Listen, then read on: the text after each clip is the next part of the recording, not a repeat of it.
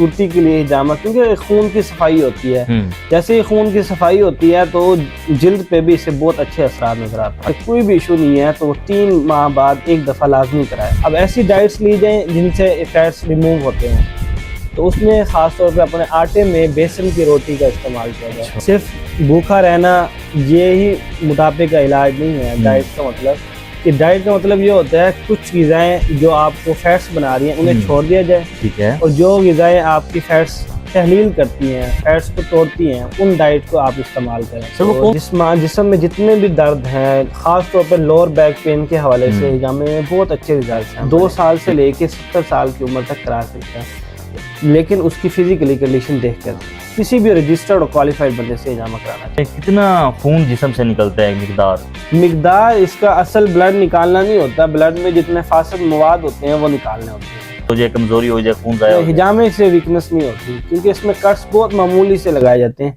जिन बिस्मिल्लाहिर्रहमानिर्रहीम, अस्सलाम वालेकुम नाज़रीन, मैं हूं नादिर मजहर। और ख़वातीनो हज़रात, इंसानी जिस्म को सेहतमंद बनाने के लिए हिजामे का रिवाज बढ़ता जा रहा है। अब मेडिकल साइंस में भी इसका इस्तेमाल शुरू हो चुका है। हिजामे के क्या